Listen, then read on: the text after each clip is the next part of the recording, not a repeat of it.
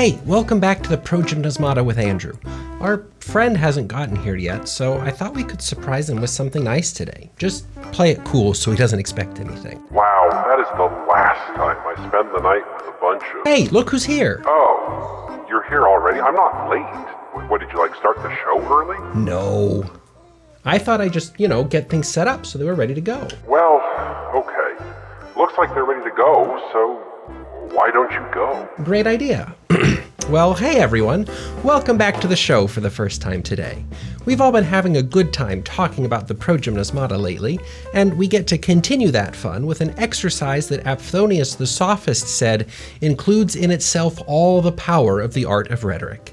That's right, now that we've gained some experience with basic storytelling and maxim making, it's time to get into the real good stuff of persuasion with the paired skills of refutation and confirmation. And I'm willing to bet that you're already familiar with the idea of refuting or confirming something, but as presented in the Progymnasmata, it's a good deal more interesting than just agreeing or disagreeing. For one, look at where it fits in this educational plan. The end goal of the whole program of the Progymnasmata was to prepare people for professional rhetorical work. The kind of legal and political discourse that ancient rhetoric evolved to do.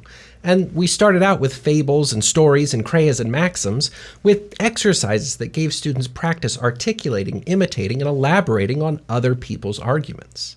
Now, with refutation and confirmation, we're not just identifying and imitating arguments, but responding to them, all on the way to eventually creating arguments of our own. So, if you were following the Progymnasmata up to this point, you'd have some good basic language skills, and now you'd be ready to start developing some more advanced skills in argumentation. A whole lot of good they'll do you. What good's a good argument if no one's listening? Well, that's actually something I wanted to talk to you about, bud. We've been talking about the Progymnasmata for a while, and it seems like you've been bothered by the way the High Council of Alchemists, kicked you out. Whoa, hold up a sec, bud. Are you telling me you took those little rhetorical exercises I shared seriously? Well, I think I know better than to take anything you say too seriously, but it kind of sounds like there's at least a kernel of truth to them. I refuse to confirm or deny anything. Okay, fine. Let's just pretend they're purely fictional. At least for the sake of thematic consistency, what do you say we practice refuting some of their claims? So that you can maybe make your case if you ever get a chance to go back? Whatever it takes to get you off my case, sure, fine. Great, so what's a claim that they made, or hypothetically would have made, to justify kicking you out? Well, I think it's safe to say that one of their main claims would be that they're myopic, brain-dead nincompoops without even a basic understanding of what would be good for the council, the art, or even the universe. That's an argument you think they would make? It's the only way they could seriously think banishing me was a good move. Well, that might not be the best kind of claim to practice refutation with because, as Hermogenes points out, no attempt should be made to argue against or for things that are entirely false, like fables, or, in the words of Aphthonius, one should refute what is neither very clear nor what is altogether impossible. Think of it like this. If you're going to make a productive argument, it's not worth your time to make an argument about something that is obviously untrue or unrealistic. You just never need to persuade someone that the sky is lavender or that 2 + 2 is equal to 37, so there's not a lot to be gained from practicing such an argument. And that gets back to what rhetoric is good for in the first place. It's a tool for navigating uncertainty and context-sensitive situations. If you can use a step-by-step mathematical process to prove that 2 + 2 is 4, there's no room or need for persuasion. And similarly, if you can prove that the sky is blue just by having someone look at it, then there's no need for speeches or editorials. Rhetoric only works where there's room for disagreement, so we don't need to practice it on things that are obviously true or self-evidently false. So as much as you might believe that the Grand Council are myopic nincompoops, I think it's safe to say that that's not the official reason they gave for banishing you, though, is it? First of all, we're talking in hypotheticals. Let's get that clear. Nobody said anything about me getting banished for real. And second of all, no, I suppose they wouldn't. Even if they were a bunch of self-congratulating, empty-headed losers. Right, so maybe try again. Really, if we're going to help you get your spot back on the Society of Alchemists, or whatever it's called, what's one of the reasons they gave, allegedly or hypothetically, for banishing you? Oh, it's so hard to make things up on the spot. I don't know. How about this?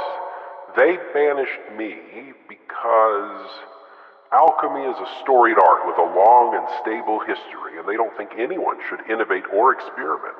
They believe that we should always do things the way they've always been done, and any deviation from the texts is a betrayal of the craft. That sounds more realistic, but I gotta ask, is that really a common belief? It's common among the backwards traditionalists that make up the council. So the council believes that, but most other people don't? Right. Sure, maybe I'm even more experimental than most, but the council is pretty extreme in the other way. Gotcha. And hypothetically speaking, can the council just decide unilaterally to remove someone from alchemical society? Technically, no.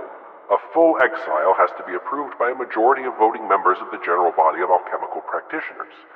But the council has their influence. Okay, so here's what I'm wondering, and you'll have to excuse me for not knowing much about interdimensional alchemical culture, but why would a majority of alchemists vote against you if the council was making an argument that most alchemists wouldn't agree with in the first place? Because it's all a setup, and it always was, or would have been, if it happened. As if anyone has the power to banish me. Well, that may be, but I'm just a little skeptical that over half of your peers voted. I am peerless. Don't get it twisted. It was a setup from the start. Okay. I should have said, I find it unlikely that half of the other alchemists would have voted to banish someone, hypothetically, just because they broke with the tradition when everyone else also breaks with tradition to some extent, right? Like, that just seems a little unlikely. Oh, I see what's happening here. You're just asking me to feed you arguments that you can refute to show off how rhetorical you are. Is that it? Get me to say why I disagree with the council, and then you refute my claims by talking about how inconsistent and implausible they are? Well, it is true that refutation happens by pointing out how an argument is unclear, implausible, impossible, inconsistent, or inappropriate. But no, I'm not refuting you so much as pointing out that I just don't think that's the real reason. Well, fine. Why not?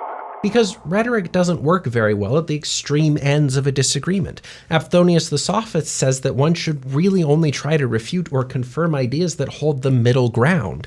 And that's because rhetoric works best in the middle. Let's imagine for a second that you're on the far end of a disagreement and the council is on the opposite far end. The staunch traditionalists versus the daring maverick. Did the council ever persuade you to cool it on your experimentation? No, never once. Even though they were using sound arguments that they found persuasive themselves. Even so. Exactly. And how many times did your arguments, which you're also fully convinced of, ever persuade the council? Never, the cowards. Exactly, once again. But hypothetically, you were banished by a unanimous vote of all alchemists? Hypothetically, no. A clear majority, but it wasn't unanimous. Aha. So some of the other alchemists, even if they weren't as extreme in their practice as you, were still sympathetic to your position. Of course, because my position was correct. Well, not in the eyes of the council, but this is the point. We often think of arguments as happening between two diametrically opposed sides who are trying to persuade the other side of their position. But you and I both know that the council is never going to persuade you to be more of a traditionalist, are they? They haven't in a million years, and they won't in another million.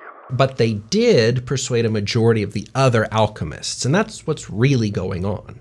The two extremes make loud arguments, and you might think that they were trying to persuade each other, but the real power of persuasion is in what happens in the middle.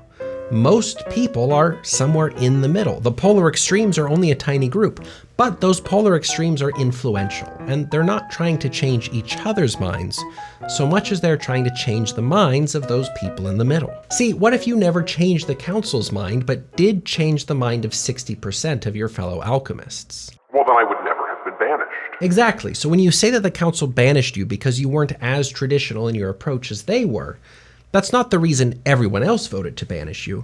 You don't need to refute the idea of the far other side of the argument. You just need to refute the idea that gets people in the middle to vote against you.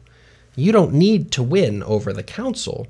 You need to win over the moderates. So the council may have thought you needed to be reined in, but other alchemists who were less dogmatic than the council were still persuaded to vote you out. So what was the reason? What was really going on? Well, do you really want to know?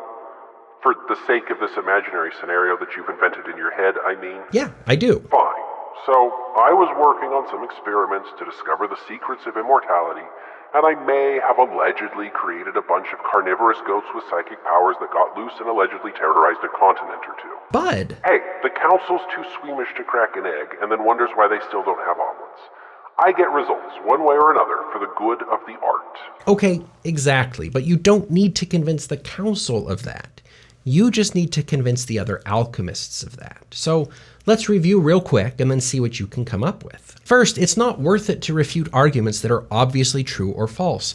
Rhetoric is only needed where there's room for uncertainty or disagreement. So don't waste time refuting fictions, lies, or self-evident truths. Second, rhetoric works best in the middle. So the claims you refute or confirm should also be the ones that hold the middle ground.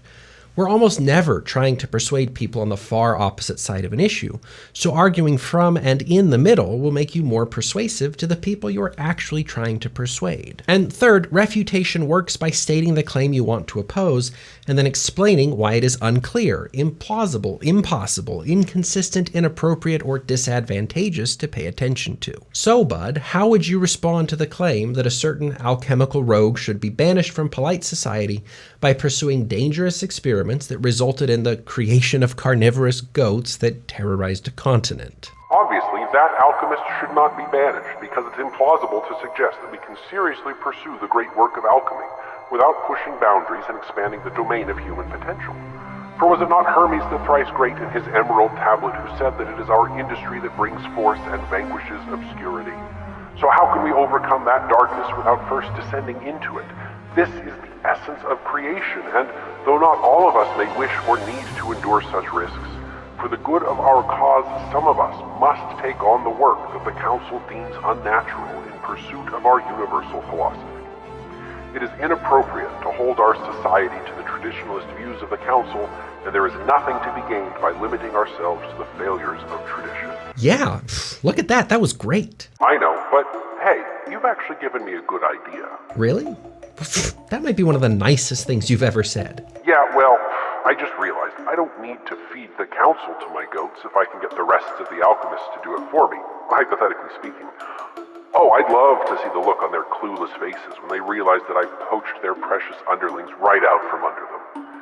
Yes, let the influence campaign begin. Well, hang on. You remember that we're not supposed to use rhetoric for evil, right? That's right. Whatever you say.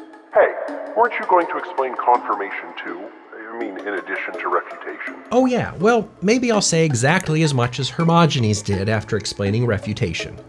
Confirmation is derived from its opposites. That's really all he says, and it's probably all I'll say too. Thanks to everyone for watching, and we'll meet again soon.